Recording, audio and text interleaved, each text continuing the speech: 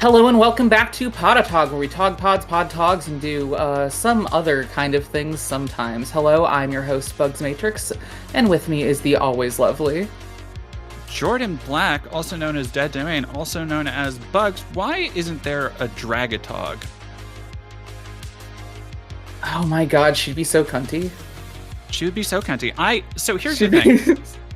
I've been getting way into it, and I've been sending you some of the pictures of them lately, but I've been getting way into like hand-painted altars. And because they're actually some of them very much outside, even for cards that I would like to have like a nice, cool, unique version of. It's like I cannot pay $100 for a trading card, even a beautiful customized piece of art. Like I just can't. But through the miracle of eBay auctions, a lot of smaller creators who are trying to get their name out there have been putting out some really great stuff. And one of them recently that had me scratching my head was somebody did a beautiful full art altar of Chronotog. Ooh, remind me of which one Chronotog is. It's like the animated ATOG artifact thing. It's like I feel like it's a nothing card, but they were charging like $400 for it. You know, I love that. I fucking love that. Like, I love ATOGs. Are there like no? Was it Chronotog or was it like ATOG? Was it the one that eats other ATOGs? No, it wasn't. It wasn't even that one. I do have an ATOG. Anyway, sorry, I didn't mean to derail it with a TOG combo. No. We're always togging. ABT baby. No, like I don't know, as soon as you started saying like full art altars and like full painted everything, my mind immediately went to I desperately want like an OG ATOG that's painted to look like the Lady Gremlin from Gremlins 2. Oh, absolutely. Like, I think that would just vibe well. Oh my god. I don't know if you saw, I was posting on Blue Sky the other day about my brilliant idea for a Gremlins secret lair. No, you didn't. Or you didn't tell me about it. Oh my god. I think that I like struck gold by being like, yeah, so it's a full, like, similar to the recent SpongeBob situation.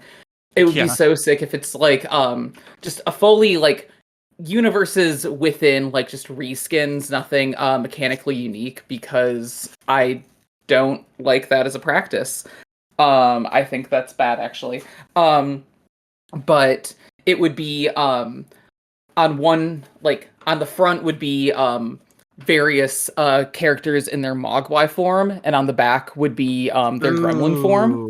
That would be so cute. And it would be like, you know, the same creature, but kind of like the baby dragons. Yeah, that was actually a big point of inspo for it. And I'm like, okay, but what does Gizmo turn into? And then I'm like, oh, duh, you get Rambo Gizmo. Get Rambo Gizmo. That's adorable. Oh my god. I so desperately love Gremlins. That's what you should. Who doesn't love Gremlins? Haters. Liars, cheats, haters. and fools.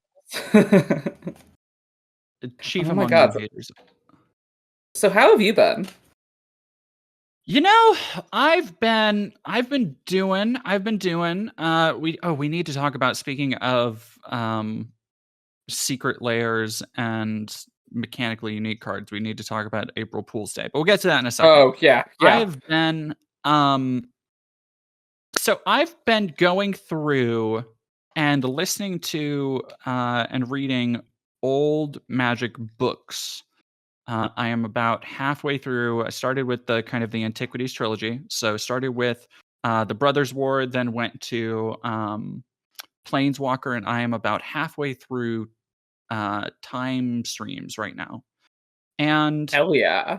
That sent me down a weird like fandom rabbit hole where I'm like, man, suddenly I like these characters. Suddenly I have an attachment to like Ashnod and shit. And so oh my god, I love Ashnod so fucking much. She and Thanos are, oh my god, OTP. So but like so that sent me down a rabbit hole of like, okay, I want to make a Ashnod deck because I get into like I make decks based on if I like a character. Rarely Yeah. do I'm like, oh, you know what? I kind of want to build a deck for this, but I don't really have a character for it. Usually it starts character first and then I build a strategy. And so for the last kind of 2 weeks, I have been trying to make this junk ass because I went in with such beautiful theming. And I have like a bunch of cards. Like I have an old Urza's Bauble, and I have a Mishra's Bauble, and I have a bunch of the schematic artifacts from like Brothers War. And I've had so the thing with Ashnod is that she replicates sacrifice triggers, right? Like if you Yeah. have to say if an ability requires a sacrifice, you can copy that ability as long as it doesn't result in mana. So ironically, Ashnod's Altar doesn't Ashnod's trigger. Altar non-bows. You know, Yeah, I which is like that kind would of be too weird. OP. No, and I'm okay. On one hand, it does suck. On the other hand, like 4 mana for like throwing away a fucking 1/1 zombie or something is insane. But Yeah. the Turn them all into mana vaults. Let's go. yeah, but the thing that does work is, are you familiar with okay, and this is a big problem of mine, is that when I put together decks, I think about like, okay, wouldn't it be funny if I did this rather than can I act like is this a feasible strategy and am I going to be like so insanely far behind curve that everybody is just stomping me and I'm like basically taking no board actions. And I've definitely run that's into that. yeah, and that's kind of been my problem because I've been are you familiar with Mind Stabber Thrall? Oh, that sounds familiar. Funky little guy. Um, I think there's multiple arts of him. run me through them. Run me through them. So Mindstabber Thrall is just a 2/2 for 3, 2 black, 1 colorless. That when oh god, it's so fucking stupid. I think it's from like Fallen Empires. Yeah. When it attacks, if it is not blocked, you may sacrifice it and it will do no damage. But if you sacrifice it, target opponent discards 3 cards. So Oh, that's hot. Oh no. with Ashnod's triggers, you can for like 3 mana if you manage to get it in, which I also have things like, I don't know, Filth and Rogue's Passage and a bunch of other stuff in there. Oh yeah, just slap some Trailblazers boots on this little fucker. Yep. And you can get in and be like, you know what? Actually, I want you to discard 6. There were dumb other funny things. Neckrite is another one of those kind of thralls that you can just, if you deal damage, you choose 1 creature to destroy. That, you know, hey, with Strionic Resonator, if I can get in for 2 and she has Battle Mage's Bracers on, I'm sacrificing 1 creature to kill 4. So Oh, like, that's fun. but it's so the problem with playing Commander is that it is not like viable by the No, time everybody else is doing you their know what shit. I'm hearing? You know what I'm hearing? Bracket 1, baby. Come on the exhibitionist sometime. I would love to see this jank shit. No, I have revitalized it. I have not that I want it to, you know, I'm not like building a competitive deck, but I want it to Oh, be able to do the thing a little bit more. all right. And don't worry, like Neckrite and Mindstabber Thrall are still in there. Like I'm not taking those babies out. Good. They're sticking in there. The things that I took out a lot of like other flavor stuff. Like I had oh god, Brain in a Jar and a lot of the like laboratory exploit zombies.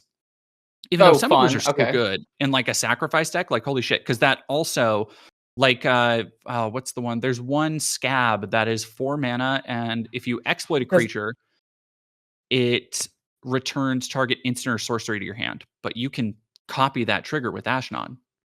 Oh. Yeah. Okay. Yeah, I love half a Snapcaster.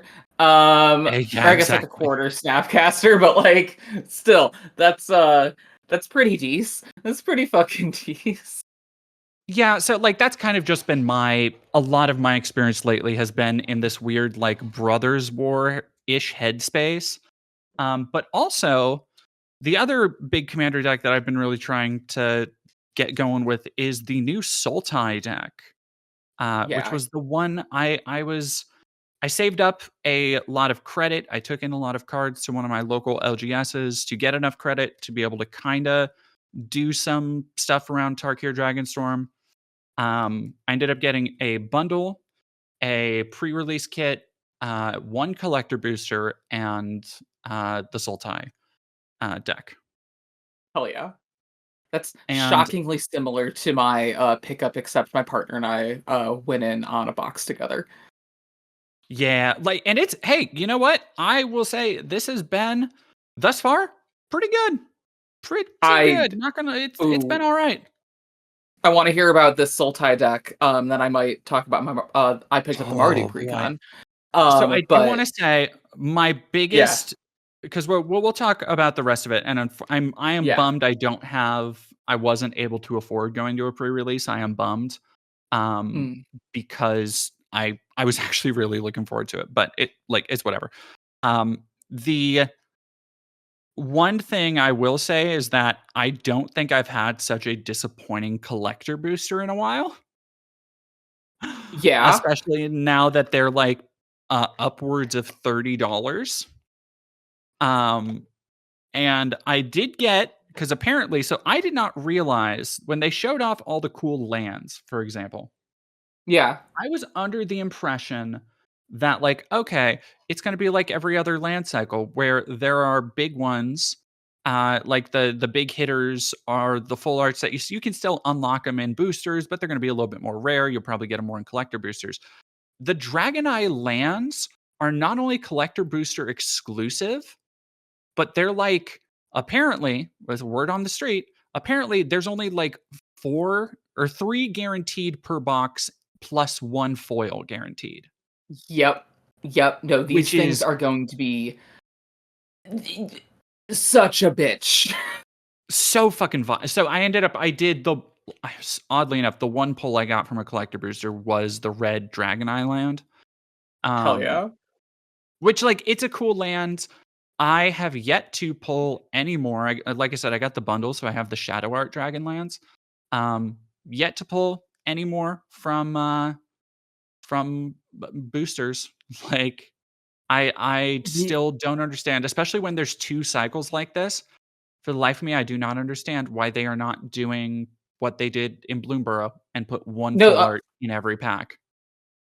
yeah, but I mean the Bloomborough ones had different rarities as well, depending on the seasons. They did, but I would honestly rather But see something like that again.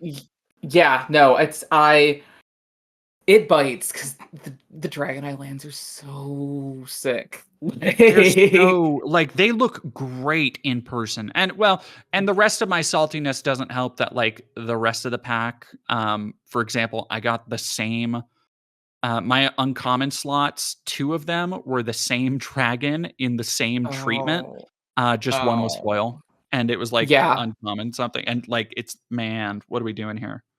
yeah. No, I've actually heard that's fairly common based on like personal experience, asking folks and like seeing unboxings, like because there's only so many dragons in that treatment that like yeah, doubling up on it. Like, I mean, I will say if it's the uncommon Mardu dragon, because that thing's so fucking fun and limited, I wouldn't be that mad. But you're also not using a collector booster for limited unless you're like made of money. Yeah, I'm not I'm not rolling like that. My Yeah, my YouTube experience has not been that generous with me. But I did end Mhm. up, so yeah, I did end up getting the Sultai one because zombie twinks.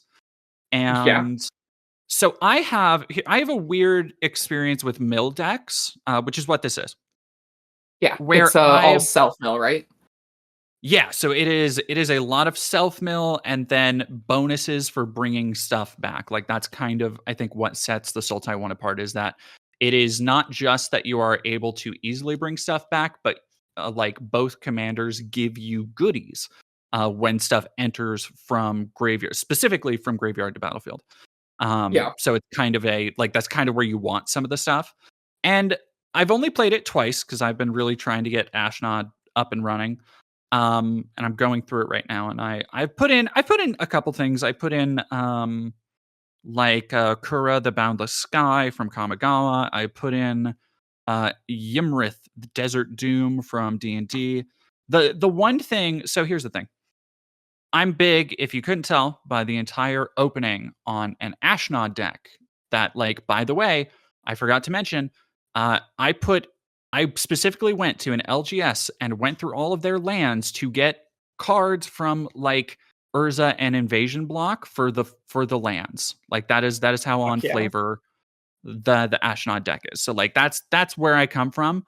So when you tell me, hey, Tarkir Dragonstorm, dragons, and also it's a zombie deck, and there are neither a lot of zombies nor a lot of dragons, I have to take matters into my own hands. Which is kind of, so the weird thing is, and I want to know if it's the same with your deck. Usually, every deck, this might be the first commander deck I've opened that didn't have like a commander sphere. Oh yeah, mine didn't have a commander sphere. It had a Felwar Stone. I mean, I'm like low enough to the ground that I don't think I'd need it. But yeah, actually, I think we're Signet, Soul Ring, Signet, Felwar Stone, and Talismans are the main bits of rock ramp. Oh, and I guess like a Wayfarer's Bauble is kind of ramp if you squint.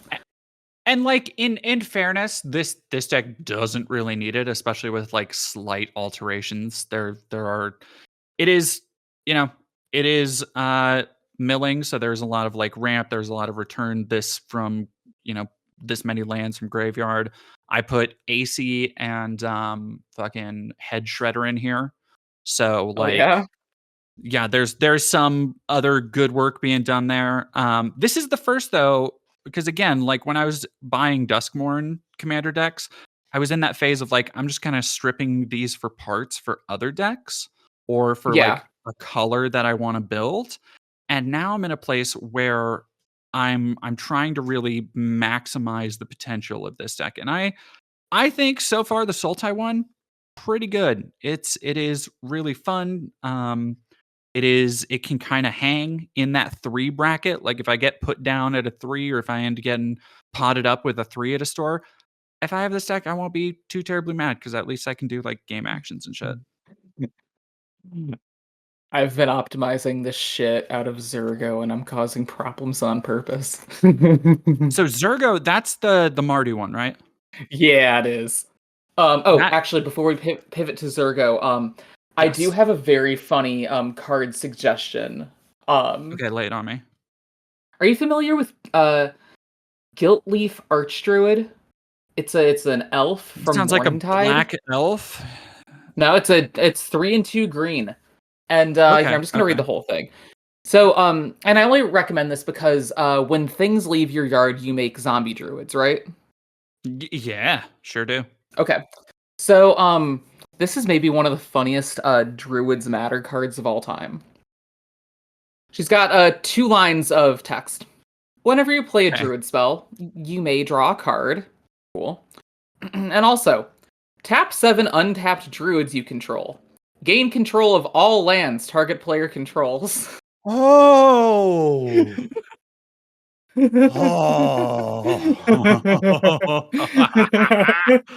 Oh man. Dude, that's sick. If I put that in here with like, because I have my parallel lives and my doubling season in my zombie, or that would be fucking vile. Yeah. It's because I got one of these like a year ago in the big pile of bulk that my friend gave me. And like I found this in there and I'm like, I read it and I'm like, this is heinous and asinine. I Google it and I'm like, oh yeah, it's worth like $2 because it's like you really got to be like forcing, like nothing has made druid tokens before, at least not like this efficiently. Yeah. And so it's like all of a sudden, oh, this is like that good secret tech. That's fucking Oh, that's so Yeah, that is hey, you know what? As somebody who's been having to, because every time I put out, like, Neck Right and Mind Stab Throw, speaking of which, and I have to flip the card across to the other table because 'cause they're like, "When the fuck was this printed? Why is yeah, 1994? What are you telling me to discard 6 cards for?" No, I get it. I feel it. yeah. Like, it's I'm not gonna say, just because I don't know our whole, like, demographics, like, listener base, I'm not gonna call 2008 boomer magic, but, you know. It's Anywho, there's I thought you might like this guy. from the set that brought us Marlin the Morn Song, one of Oh my my god. I've told you about my Yeah, beautiful yeah. games with Marlin where I fucking I love oh, Marlin. yeah. Oh my That is god. a that's a Oh freaking my card and a half. that's a oh my it's They have to what a reprint her fucked up in set. Lorwyn, right? Oh Yeah, my god. Like, but in a good way. I'm so stoked to go back to Lorwyn. But currently we're on Tarkir, and I Yes. am living, laughing, and loving. But yeah, so with this Zergo deck, or like with Tarkir writ large, like I'm so glad that when I saw the mechanic mobilize, I'm like, oh, I hope this is as cracked as I think it's going to be. And yeah, you can play a pretty suboptimal Mardu deck if you have enough mobilize triggers and be kind of a threat in limited. But and so mobilize, for those of y'all who haven't seen it, has so it's mobilize X. Um Whenever this creature attacks, create X tapped and attacking 1/1 red warrior creature tokens, sacrifice them at the beginning of your next end step. So usually it's like mobilize 1, mobilize 2. There's this fucking great Ox that is a 0/4 with vigilance and mobilize 3. Um and so I picked up the Zergo Storm render because I'm like, I want to do mobilize shit.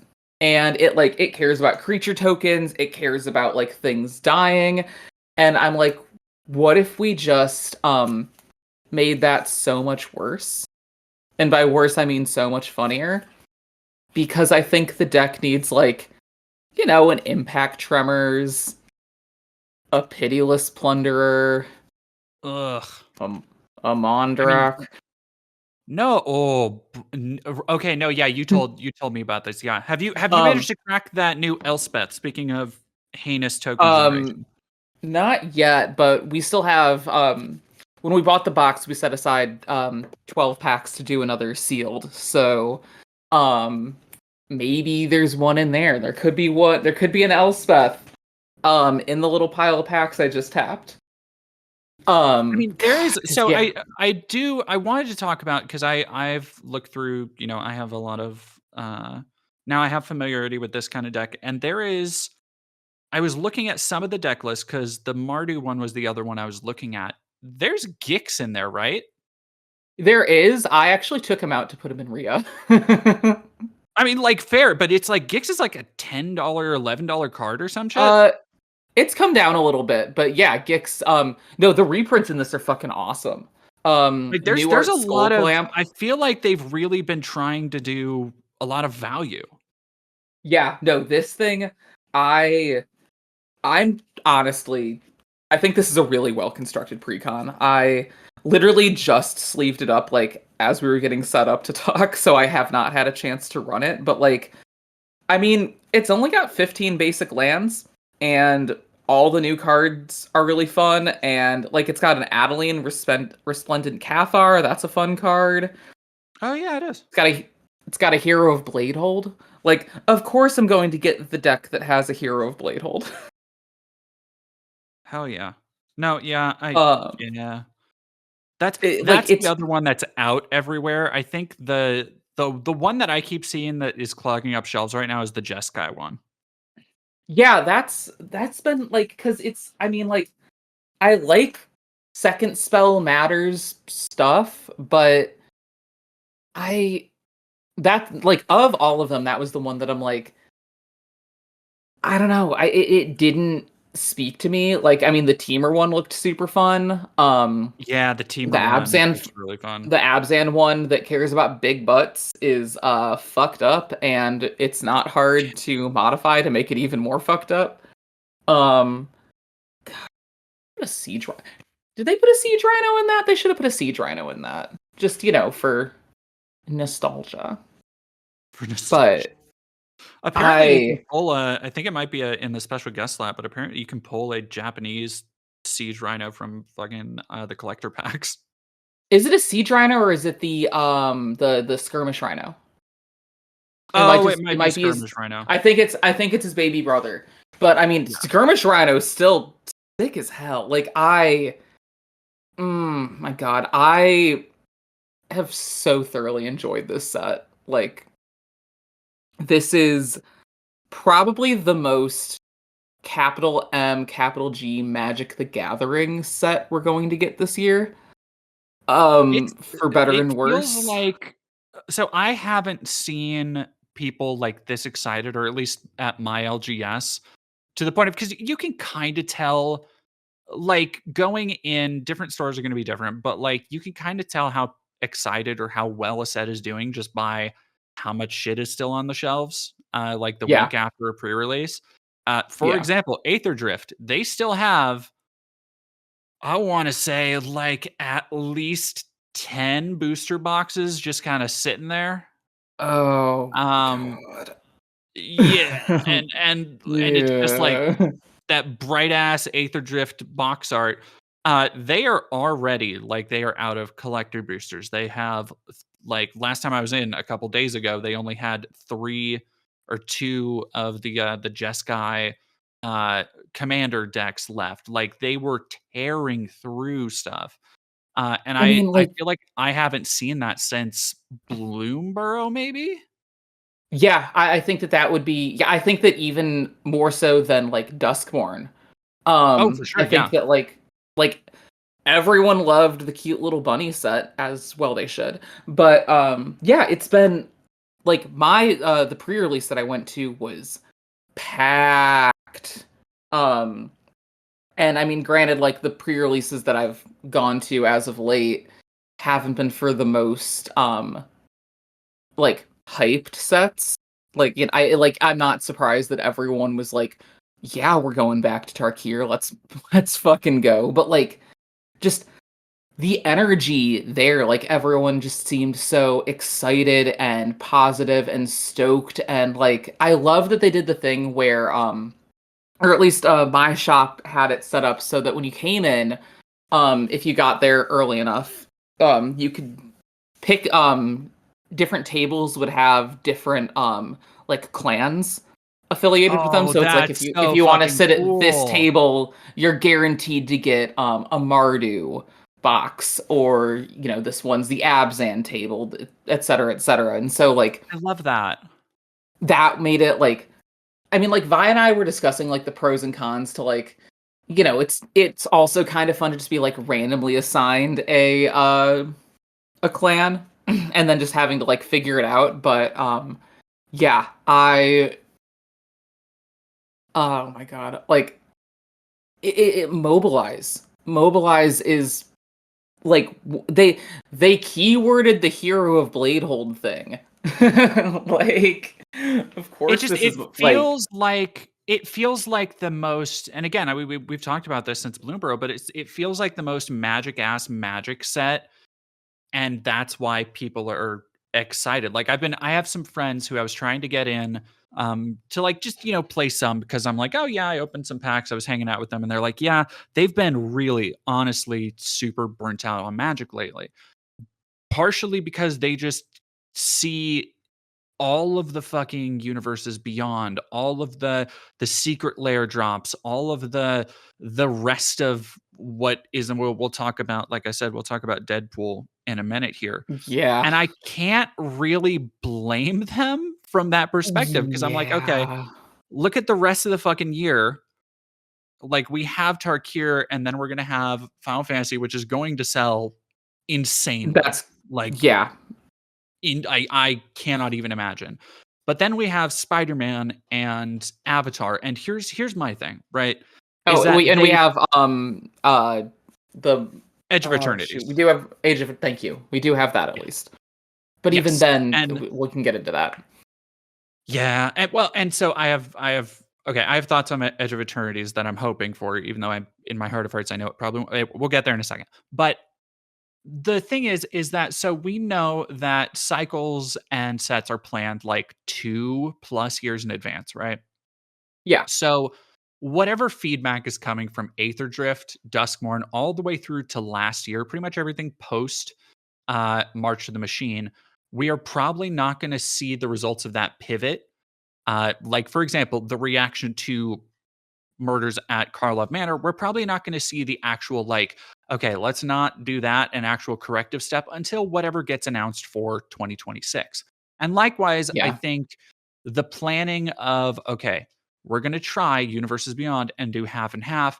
We're also probably not going to see any corrective course on that if it goes well, if it doesn't do well, until 2026, 2027.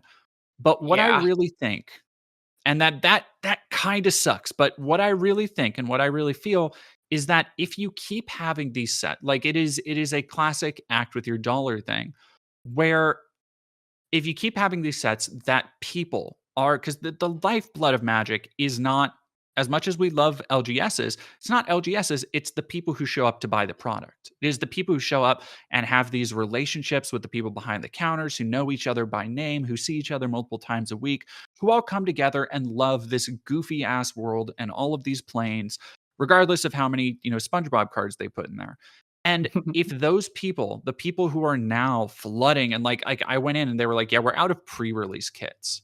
Like, we don't have any because we we sold through because we and like all of our extra we sold through. Which and like if that shit keeps up for these sets and not for Aether Drift, for example, like that's the kind of shit that brands do pivot on and that they are forced to listen to. Yeah, and I say this as someone who like enjoyed Aether Drift. Yeah, I get it. Like it's I get it. And I think it was a bigger swing than people realized. Like I feel like people, and it's something I didn't really expect either, because I went into Aether Drift being like, okay, you know what? Cowboys, murder detectives, like, but there was I don't know what it was. Maybe it was all of the robots, maybe it was like the Hot Wheels World Race ass like tracks. Like, there was just something about it that was just like, this is like, this isn't Magic, like I don't know. It's this weird quality to it.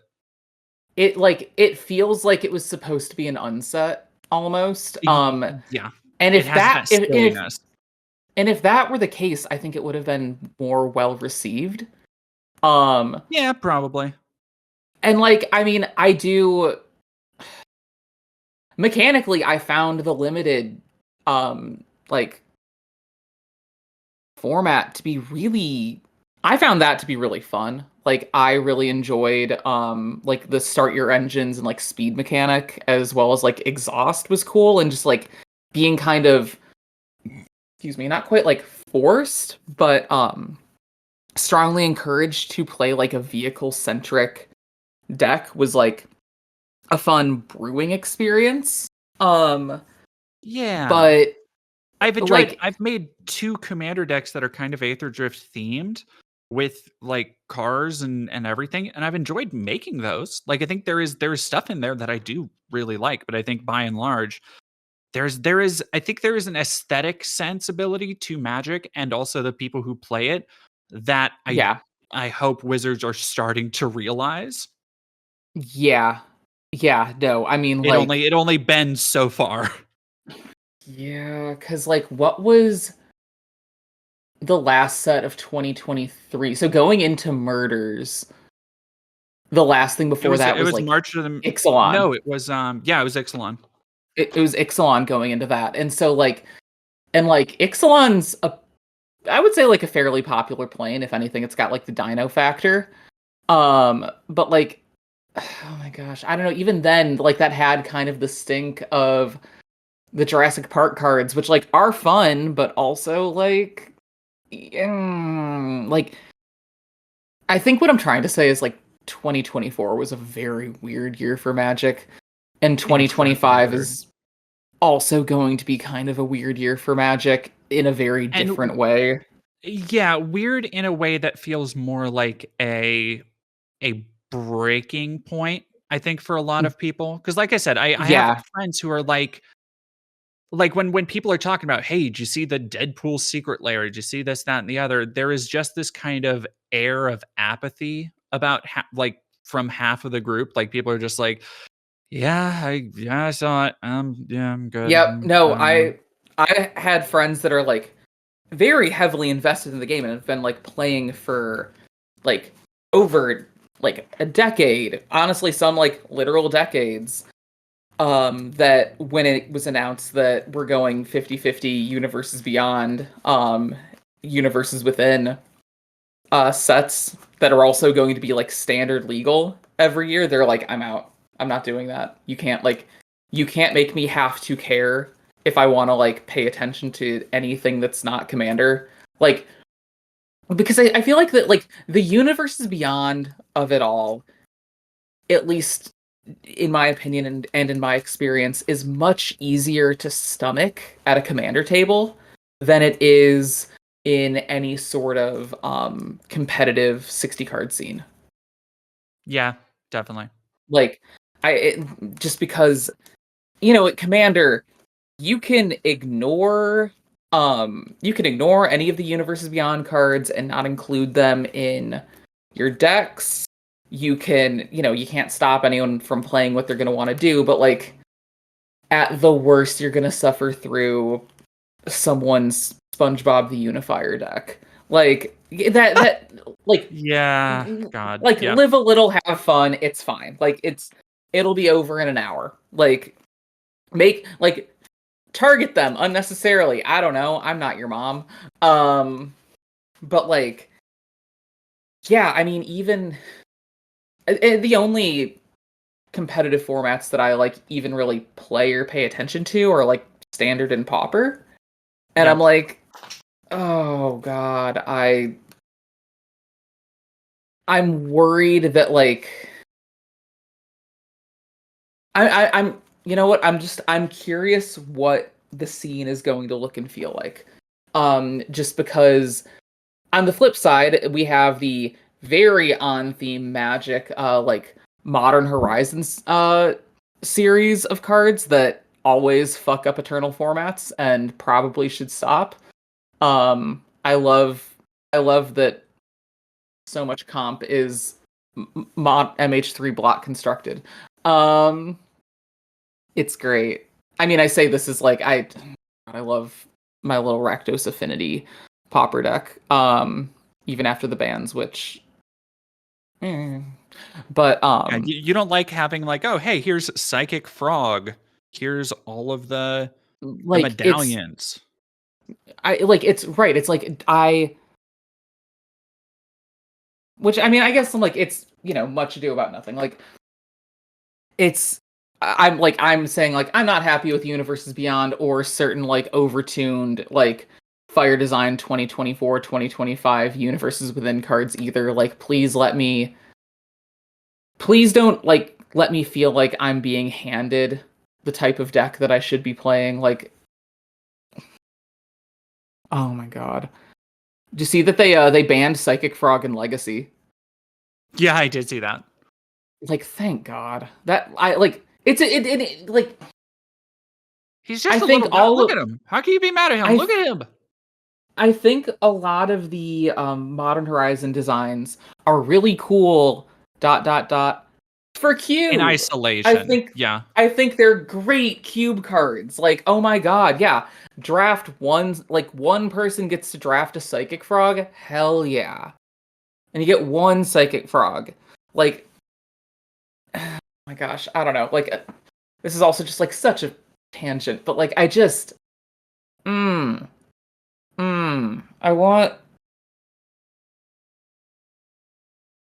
I don't know. Like the game feels like it's in a really interesting state, and I'm curious how much of that is due to WotC and how much of that is due to pressure from Hasbro, given the money that Magic brings in. I'm willing to bet it's a lot of Hasbro. Magic has been one of the like kind of vaguely upticking and or stable earners, like especially after from what I understand, from what I've read, after, there was a huge influx of new players into just the hobby space in general from D&D to Magic to just collectible figures and stuff during the economic downturn. Everybody was staying home during the pandemic. And that Yeah. has not only leveled off, it's started to go down because we are, look outside, look at the stock market. We're very Yeah. likely entering a place. It's not looking great out there. But Yeah, yeah. the the knock-on effect that has had is that, you have companies who are looking at all these graphs and are going, okay, well, how do we did it because capitalism, and we cannot live in a state where somebody is like, okay, well, the line's going to go down for a little bit, then it's going to go back up. They have to be like, okay, well, no, we were doing really good back here, we need to be doing just as good and better now. And Yeah, not so not like just line go up, but line go all the way up.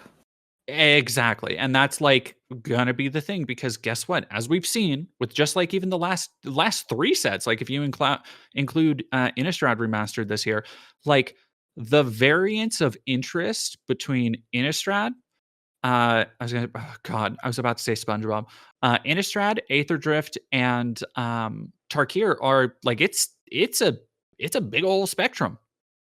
Yeah. Yeah. Like, and I mean, I certainly enjoyed Innistrad Remastered. Like, I mean, I will always take an excuse to jam some of that, but I did yeah, too. it's just And I opened a lot of it, like, and I loved it. yeah.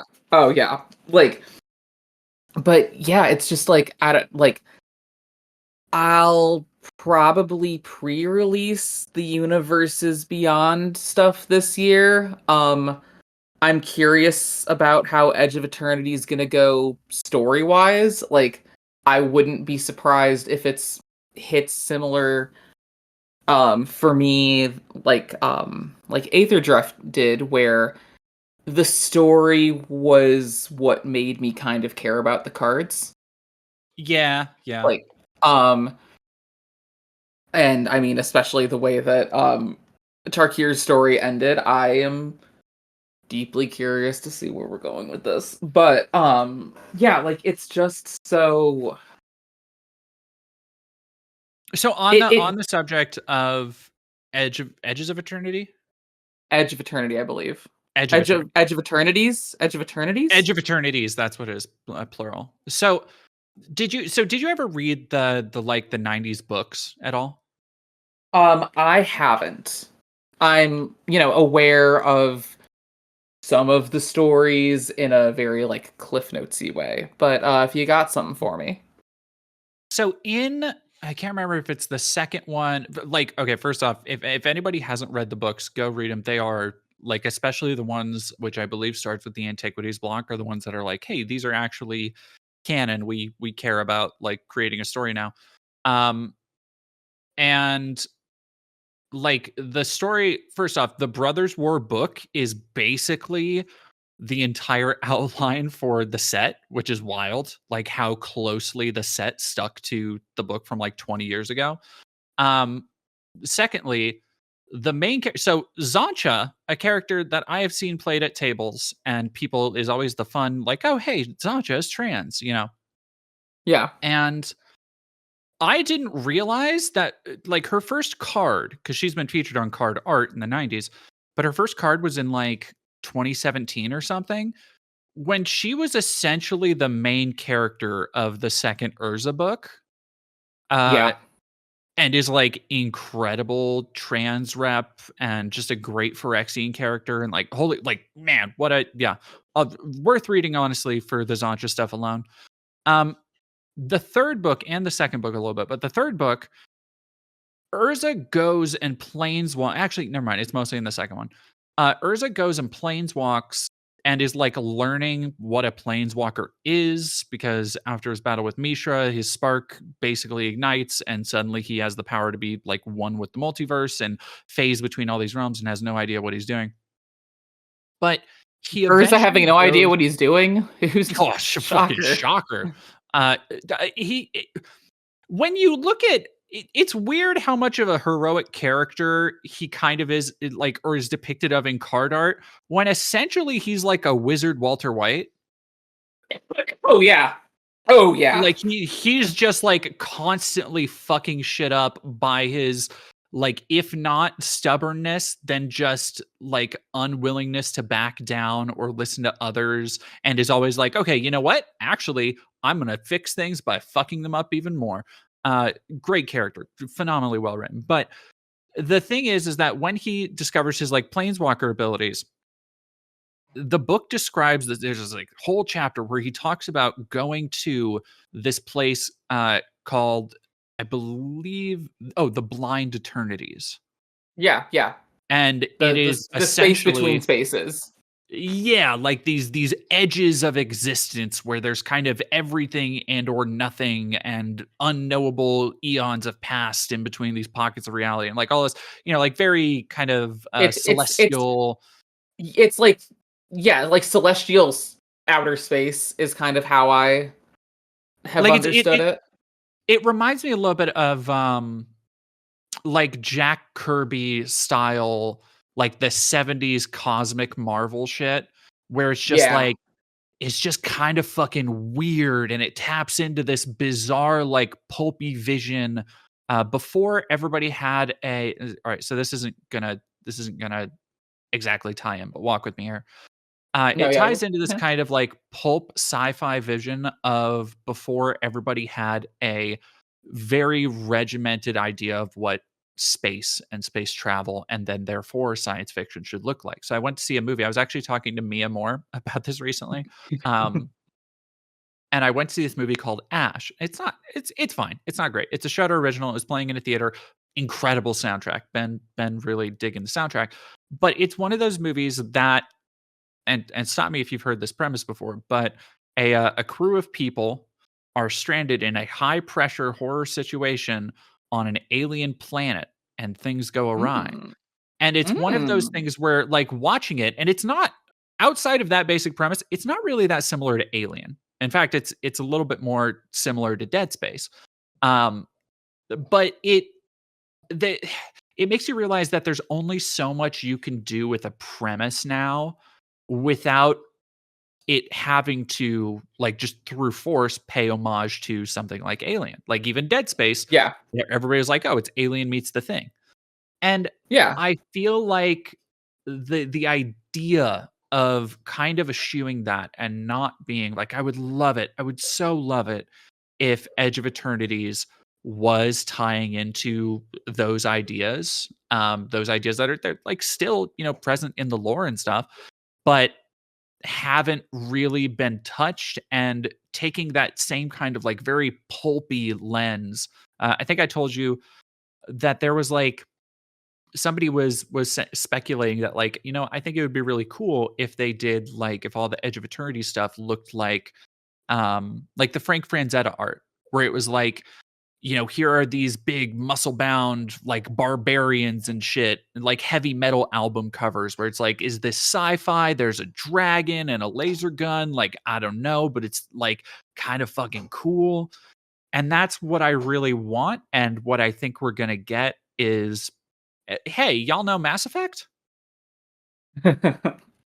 I mean, it seems like, or at least I'm hoping we're gonna skew more towards 70s shit, like very like Dune-esque sci-fi would be pretty decent.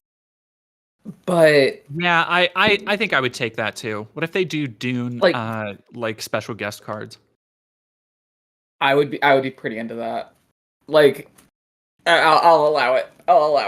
But no, like a Duncan Idaho Serac card or something. That would actually be really hot. They should do that. Wizards, if you're listening, stop the presses. Start the presses. They're always Start listening. the presses. I'm just talking to we wizards. could be the ones that start leaking those fucking. Okay, so really quick. I do want to talk briefly about some of the Final Fantasy set was leaked in Brazil, I believe. Yeah, it's And like a chunk of it accidentally got shipped. yeah, it was like I think it was a chunk of a commander deck or something, but it was like, okay, here are all the cards, and they're all in Spanish. And I realized how incredibly magic brained I am with that. Like, I have not studied Spanish since high school, but Yeah. just through like cognates and words that I'm like, okay, move this, like, okay, this is probably graveyard, this is probably hand, these are counters. I was still able to be like, just look at a card and it was like decoding the matrix. Where it was like, oh no, so it's yeah, you move it from this to hand and you put a 1/1 counter here, or you can tap it for that. And I'm like, oh my Like return god. this to that. Yeah, like these cards Oh, I've never seen before. And it was just a moment of realization, a dark moment of realization for me. that's a that's a big mood. Oh my god. Yeah, like I don't know. I feel like we're gonna get something closer to what you were describing than like just astronaut shit based on the way Tarkir wrapped up and like Jace melding with a plane effectively. Like cool. All right, that is high fantasy weird shit enough for me to like fingers crossed. Like Do you think Jace is going to be like a galaxy card? Like if Jace can just keep what if okay, so if like in Jace Tarkir, becomes Galactus. yeah, like Jace Actus. In Tarkir, in Dragonstorm, does Nico Bolas come back? Yeah. Well, Okay. he's been back. He wasn't dead. They just locked him in shoot this like prison realm type situation that and Ugin had been there kind of like keeping guard, and the lack of Ugin's presence was like what was allowing all of the titular Dragonstorms to be like running rampant, not only in Tarkir but like kind of in the multiverse at large. Like there was a big dragon attack at the end of Aether Drift to kind of kick things off. But yeah, so Jace Jace uses loot to like basically break into the plane where Bolus has been held captive since the end of War of the Spark. And hilarity ensues. Jace steals like this big like crystal thingy from Ugin and uses it to like astral project himself into becoming the plane, and in doing so freeze Bolus kind of by accident. So do you think, because here is, if I'm looking at all these pieces here, Yeah. Duskmorn probably coming back in some way just because Winter was in Aether Drift. Like Mm-hmm. Valgavoth still wants out somewhere. Nico Bolas still out there. Phyrexia still out there. The fucking who was Phyrexia's only kind of still out there. They're in the weird phased out thing. Like well, and so that's they're the thing, is that they were switched places with, what was it, Mirrodin or whatever. so they'd taken over Mirrodin. I forget exactly what Teferi did to zoot them into no man's land, but they like he basically like sealed them in a big lead box in the Blind Eternities. But like, through they are not destroyed in a way that cannot be brought back. Like it through Um, magic shit. yeah, there's the hanging glistening oil question, but yeah, as far as I can tell, there is a possibility. And then you have the Eldrazi that was locked, what was locked in the moon. Yeah, Emmy's in the moon, and so the fun thing about the Eldrazi is the forms that we see them take are kind of like just like tendrils of some larger corrosive entity.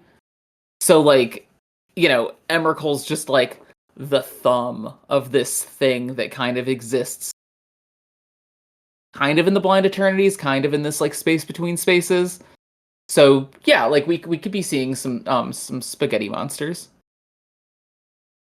I feel like they are leading to a like bad guy off at some point.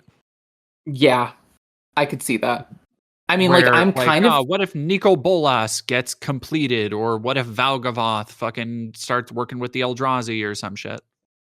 Like, I don't... What's fun about Bolus right now is he was mind wiped before being sent to this like prison, right? And so um he's still this like dastardly dude, but he has no idea who he is or what he's doing. He just knows he likes being evil. And I'm very curious to see where that goes. Do we want to talk about really quick, kind of the whole Deadpool thing? Yeah. What? Oh, you sound very. I think what did I send you? I texted you when it came up, and I was like, I don't even remember what I said now. Let me that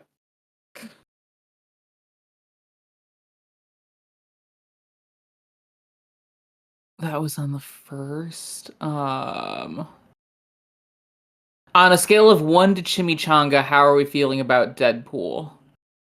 Great. Yep, that sounds like something I would say.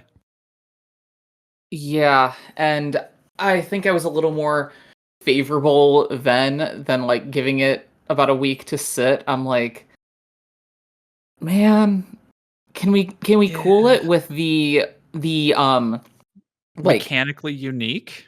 Mechanically unique, not print to order, like mechanically unique, limited stock universes beyond secret layers, because I think this is just really, I mean, like, no one really wins because either, there's a handful of people who get like whatever short run printing of this, and we never see this text again on a card, except maybe if they do some sort of universes within version of that, or they reprint that these secret layers into a main set, and then all of a sudden people who like might have spent a lot of money on these cards in the secondary market, like it feels like it's creating this like pseudo reserve list almost. It really does, because all you can really do is cross your fingers and hope that, like, okay, Deadpool will get a different printing or a different art or something in like Spider-Man, or Yeah, will but be a like special guest. Yeah, but like with this rules text, like is that, because I mean, like, I think the card as it's designed, like, I think it's really funny. I think that this is like a very interesting commander card. So Um I was talking to somebody about this, and I'm like, it makes me kind of mad that it was given to Deadpool, because it is something that is a really interesting mechanic, but it would be so much better suited to somebody who was like a shapeshifter. yeah, I mean, like, And I think the goal here was like, oh, he's crashing, like he's doing cameos. He's popping up all over the place. He's like yeah. Stitch if Stitch swore. But yeah, no, like it's uh, Yeah, how do you feel about the rest of the cards? Because I ended up getting it. I have not received it yet. But two things I want to talk about that pissed me off here. Well, we already kind of talked about it. I feel like the ability of this as a commander is much more suited to like Grixis. Uh yeah. and somebody was like, yeah, but it's, his suit is red and black. And I'm like, yeah, I guess, Oh, but I really hope that doesn't become like the thing that they're I doing for mean, all the cards. like Black Panther was Selesnya. But yeah, That's true. like yeah, like I don't know. This he should be Grixis. He He should should. really be Like Grixis. because I'm looking at it and I'm like, oh, okay. What if I had like I could put in Shifting Grift and I could put in all these cards that are like trade this with your enemies and do this, and I'm like, actually you can't because the color identity isn't blue, so Yeah, he would it's just have not to be in conducive to 99. that. Yeah. Which I mean, Deadpool in the 99 is kind of a funny trick to play on God. I fuck with that. I do. So Like I think the one thing I don't necessarily have a problem with here is that there is value. Like yeah. the cards It, themselves, I wish every secret layer had this much fucking value. right? Because isn't it like it's Deadly Rollick, it's Vandal Blast, it's Mhm. Deadpool, it's whatever the special guest or secret card is, and then what are the other two cards? It's Honest the Blasphemous Act and Saw in Half. Yeah, Yeah, that's what it was. Yeah, and it's like every one of those cards is like something that is at least A, a little useful, or B, a couple bucks. yeah. A It's Deadly not like the Rollick's fucking more than a couple bucks. Yeah, no, Deadly Rollick is like I saw that and I was like, you know what? Deadly Rollick plus in a variant version, like that's honestly pays for most of the thing just to have a copy of it. I think that pay like that. I believe that pays for it. I haven't checked the price of Deadly Rollick in a second, but Yeah, it's like if a it was a $35-$40 card. Yeah. yeah, like It's up there. And so like I appreciate that kind of value and I wish they had more because I look at some of the other secret layers they've had recently, like I don't think we talked about it last time, but the fucking class of '89 one. oh, those were horrendous. Those are rough. And as the certified vampire enjoyer, I don't hate the Anya Falconwrath one, but like Yeah, that's a 10-cent fucking card. yeah. Like it's I I would be so curious to like really get into the minutia of like the process of like card selection and stuff. Like I don't know if the artists are given a like sample like here's a pile of cards that we'd like you to do a take on, like pick a handful. It should also be pick at least 5. And if they don't have enough time to do 5, yes, they do wizards. Maybe we don't need to have this many secret layers. So Like I did on that subject. I think somebody was onto this. I saw somebody on Reddit saying that like this was probably meant to drop around Duskmorn. yeah, that would make a lot more sense. Because also I think it's one of the only secret layers this year that has a copyright of 2024. Oh, then yeah, Yeah, huh. I right? hadn't noticed that. Like huh. That's pretty compelling, I feel. Yeah, yeah. Yeah. But yeah, it anyway, sorry what you were saying. No, it's just broadly speaking, I'm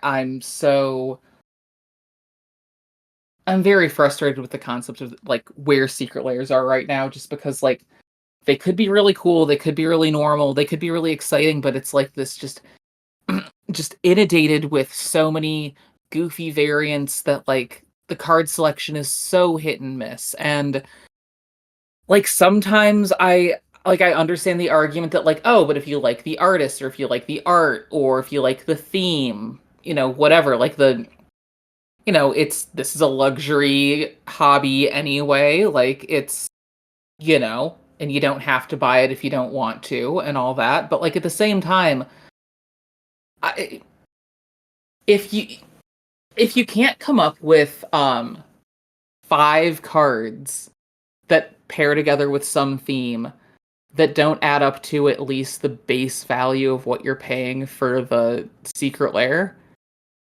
Like, I'm not saying they should be like investments, but like, I mean, like we were talking about earlier with like the commander decks, it's like you spend $50 on a pre-constructed deck, and in reprints you're getting at least that, if not probably several times more than that. Like, this isn't, it's not rocket science here. Like, this is entirely doable. Yeah, one of the things I forgot to mention is that, like, there are some fucking heavy hits in the Sultai deck, like the Ob Nixilis the Fallen and Lord of Extinction, and like things that I'm like, damn, I haven't seen these before. These are like all fucking right. Or I haven't seen them in a commander deck before, and I'm like, this is, they're doing good work, and the original cards are good. That is what I want more of. Like, and this is just like, I don't know, it feels proof positive that like Wizards is capable of releasing a product like this, that like it's, I don't understand like what the marketing tactic is here. In not doing that with, because like I imagine they have to have, because I see sometimes secret layers will stay on that site for months, and I'm like, yeah, it's because, like sometimes I'm sure it's because they don't have big Ghostbusters fans, but it's also because all the cards are like, oh, here's a Ghostbusters version of Unlicensed Hearse, which is like an okay card, but it's not, but like, yeah, it's like, okay, I'm not, who's running Unlicensed, like, who's running Unlicensed Hearse and is also a Ghostbusters fan? Yeah, it's that kind of shit. It's like, if I feel like going on these, because it was like straight up Deadly Rollick is the reason I got the secret layer, and I'm waiting for it. Is that like, I'm not gonna, that's not a card I'm gonna buy, but if I can have one so I can run my proxies, like, that's fine. Yeah, no, or like the like Extra Life like charity secret layer that they did that had Fierce Guardianship in it. It's like, and Mana Drain, like, good shit. Like, those are extremely playable cards. Very much so. Yeah. Yeah, like, it's just, I don't know. I don't get it. I wish that there was like, and just coupling all of this frustration with the limited print run. Like, I would be, because like if I had a little bit more time to hem and haw over like, okay, well, I think it's pretty neat. The reprints are only $20 worth of cards, but I like them and I know where I'd use most of them. Yeah, or let me sit on it for like artist, or I love the theme. Yeah, no, I like, do that all the time. Let me sit on it for a week, not do the FOMO thing. And then, it's like, you know what? All right, I'll take a 10-point hit just to, because I really like that giant Ediphage. Yeah. Or just some card that like, this is not like a valuable reprint, but also I don't treat my cards like an investment portfolio. So like, but you, at the same time, you also don't want to spend $30 on less than $1 worth of cards. Are you talking about the Lord of the Rings secret layer from a couple of years ago? I mean, it could be that too. Like, I was going back to the Class of '89 one, but like, yeah, that Lord of the Rings one is that was pretty fucking rough. Yeah, no, like, it's just, it's, I can justify paying a little bit over market value for unique art, definitely. I'm curious what the breakdown is for like artist compensation on these. Like, if they're just given, like, I presume given that they're doing a limited print run, it's like a flat rate. I imagine it'd be like more like a commission, and depending on the artist too. Like, I'm willing to bet Peach Momoko probably gets a higher like rate or something.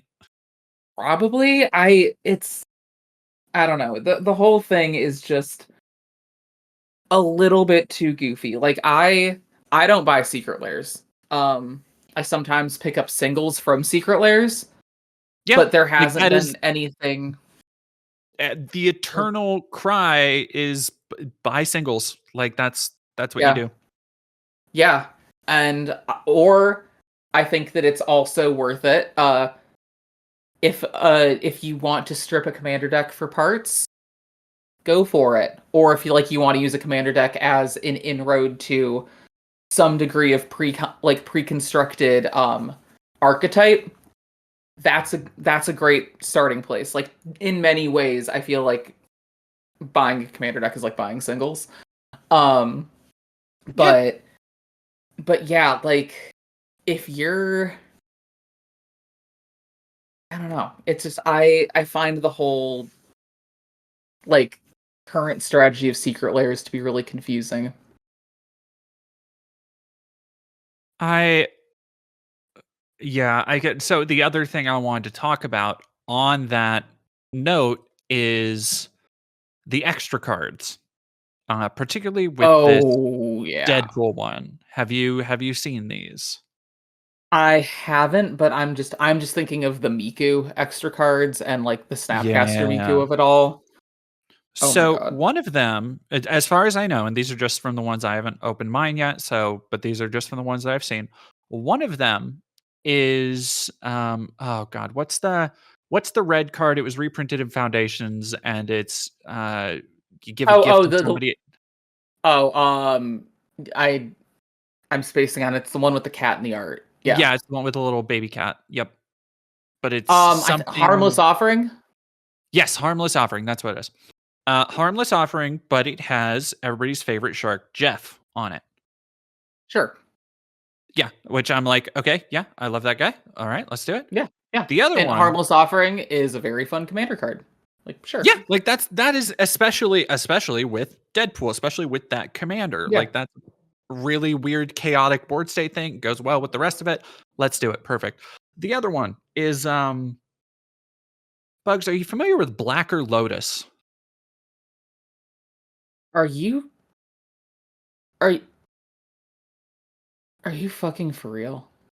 I'm so for real right now. That's I'm exactly the other fucking card. fucking It's a Blacker Lotus that like the art treatment is that like Deadpool's like scribbled over a actual yeah. Black Lotus, Yeah. and but it's it says Blacker Lotus and Deadpool wrote like Deadpool was here, whatever the fuck on it. Um but it is, it has the Blacker Lotus rules text from whatever unset that was from.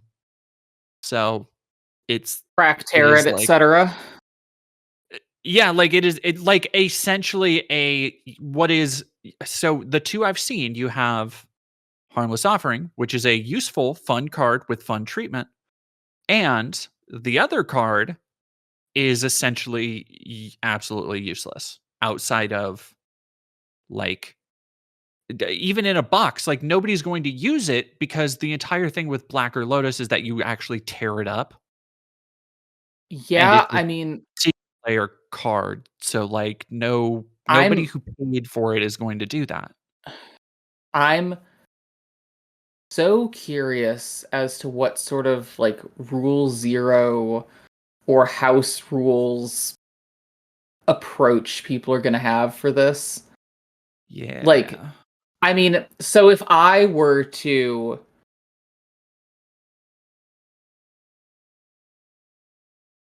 and also like it's an uncard, so like that's, Uh-huh. is it black bordered in this version or is it silver Uh, bordered?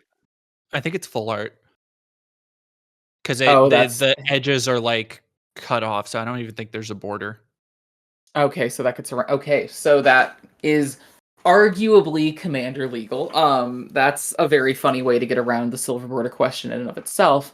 I mean, like, okay, so thought experiment. If I were running that in especially like a chaotic commander environment like Deadpool, or I mean, I think it could be a fun cube card. Um, I personally would be interested in allowing for some sort of like way for it to be defaced. Like I think like yeah, especially in a cube. I think it would be fun to like, yeah, instead of tearing this apart, you like autograph part of it.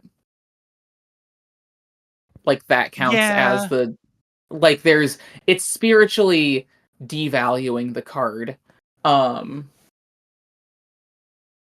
But yeah, like, and I don't know. You could just like get like a bulk rare or bulk land or something and just tear it up instead is what I feel like you should probably do, and just exile that card from the game.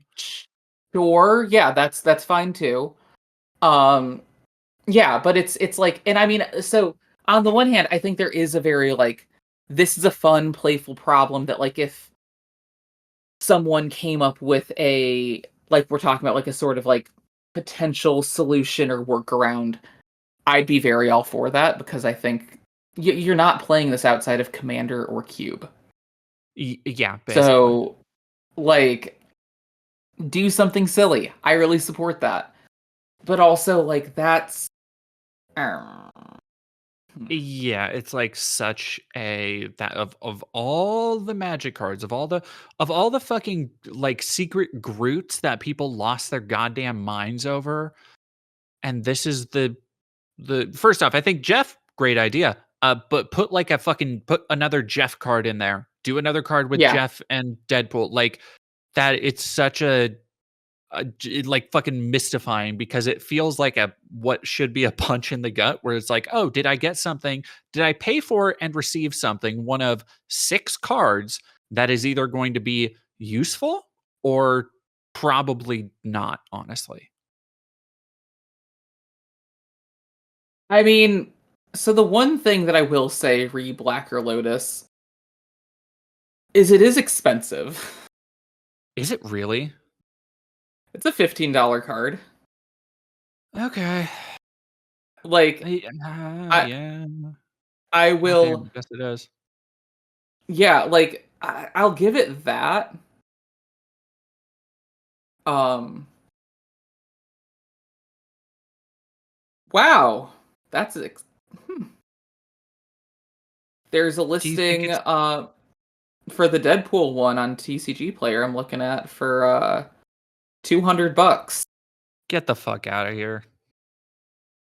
It like That it's that a, it is a stupid card, and yeah, you're right. It is this fun full art situation that maybe doesn't have a silver border. This is...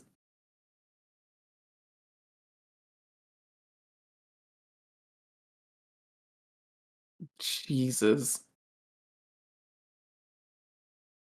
I will say the art's very cute on it. I huh. Yeah. Hmm. It's a weird thing. I kind of see where their head's at. Do you think Black Yeah, Lotus is actually more expensive because people ripped up them? absolutely. I'm sure that Okay. that's part of it. I'm sure it's also people paying for the opportunity to rip up a magic card is part of it. Like, Huh. I mean, because there Wait. is something really interesting, I think, about like, those kinds of like interacting with a magic card in ways that one would not normally, like especially in the context of like uncards. I think is a really interesting and exciting like design space. Yeah. But yeah, this card in particular's inclusion in this secret lair specifically feels not bad, but just weird. I would kind of err. Yeah, I guess not bad because if it is a $15, yeah. Yeah, like it's it's indicative of the state, the very confused state of secret lairs. Yeah, I think that's a good way to put it. And kind of, I But guess, to end off on just the confused state of magic. Like yeah, we've I feel like every time we'd come on the pod, we talk as much good stuff as bad stuff, or and not even yeah, bad stuff. I feel like we're not just shit talking. We're not just being overwhelmingly negative. We have good stuff to say about even like Karlov Manor and Aether Drift, but at the same time, there's this level of, I feel like we're always apprehensive, and it's because of stuff kind of like this. Yeah. No? Yeah. No, because it's like, right, like, we both fucking love this game, and also this game makes it very difficult to love it sometimes. Oh boy, does that. But anyway, Like, Bugs. yeah. Sorry, continue. Oh my god, I was gonna do an outro, but then I cut you off. I'm so sorry. No, you're so good. I was just kind of like, yeah. Yeah. All right, Gucci. Bugs, You're where can saying. people find all of your work? Yeah, you can find me over on Blue Sky at Bugs Matrix. That's Matrix with a Y. I'm also starting a new Commander Bracket 1 streaming show called The Exhibitionists. We're going to be launching our first episode live over on Twitch on April 24th, so about 2 weeks from the day of recording, a little less than that when you're going to hear this. I'll be promoting the hell out of it. I'm really, really excited for the guests we've got. Oh my god, I have the perfect. I was having a conversation with a friend recently on like what does a one bracket deck look like, and Yeah. I've been working on mono black Sengir like family line that is Baron Sengir, Irini Sengir, like all of these cards that are Yeah. like Baron Sengir's like an 8-drop for like a 4/4 or some shit. So I will have a mono black dog shit Homelands commander deck if you want to. Oh, please. Oh my God. I On my think drive I'm home, gonna try and make all of them like pre 2001 old border black cards. That's kind of my goal. yeah, that is exactly the kind of shit that I want on this show. I just had an idea on the way home for it'd be a Progenitus deck, and the joke is always use protection. Every single creature in it has pro something, and then I'm running all of the circles of protection and Oh like yes, I love it. yeah. No, that sounds But fucking rad. So go check that out. Hell yeah. right? Yeah, but Jordan, where can they find you? Y'all can find me on Dead Domain at Twitter, on Blue Sky, on YouTube, on Instagram, where I'm always streaming and doing stuff. And also with our usual podcast producer, Rosa, I just started a new political podcast called What the Fuck Now, or WTF Now, which you can follow on Apple Podcasts, Spotify, YouTube, and all of that stuff. Hell yeah, hell yeah, hell yeah. Thank y'all for listening, and pass the turn.